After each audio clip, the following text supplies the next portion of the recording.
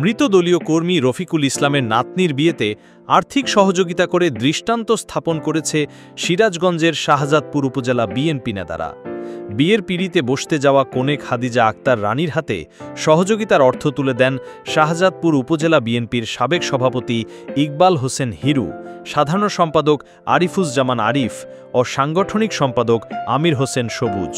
বৃহস্পতিবার শাহজাদপুর পৌর শহরের দারিয়াপুর ভুসিপট্টি মহল্লায় নববধূ খাদিজার নানা প্রয়াত শ্রমিক দল নেতা রফিকুল ইসলামের বাড়িতে এই বিয়ের সকল আয়োজন সম্পন্ন হয়। এ সময় দলীয় নেতৃবৃন্দের মাঝে আরও উপস্থিত ছিলেন আরাফাত রহমান রবিউল, নাদিম আলী, বখতিয়ার হোসেন, শহীদুল ইসলাম, মাসুম ফকির, মিজান, বাবু, সালামসহ অঙ্গ ও সহযোগী সংগঠনের নেতাকর্মীরা।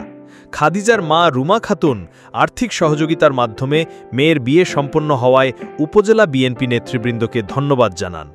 উপজেলা বিএনপির সাবেক সভাপতি ইকবাল হোসেন হিনু বলেন, খাদিজা শিশু থাকাবস্থায় তার বাবা মায়ের ছাড়াছাড়ি হওয়ার পর থেকে মায়ের সাথে নানা বাড়িতেই থাকে। তার নানা রফিকুল ইসলাম সিরাজগঞ্জের একটি দলীয় প্রোগ্রাম শেষে বাড়িতে ফিরে হৃদরোগে আক্রান্ত হয়ে মারা যায়।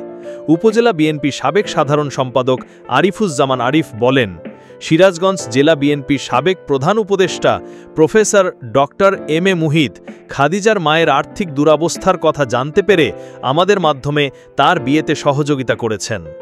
সিরাজগঞ্জ থেকে মাসুম হোসেন অন্তুর পাঠানো তথ্যচিত্রে ডেস্ক রিপোর্ট।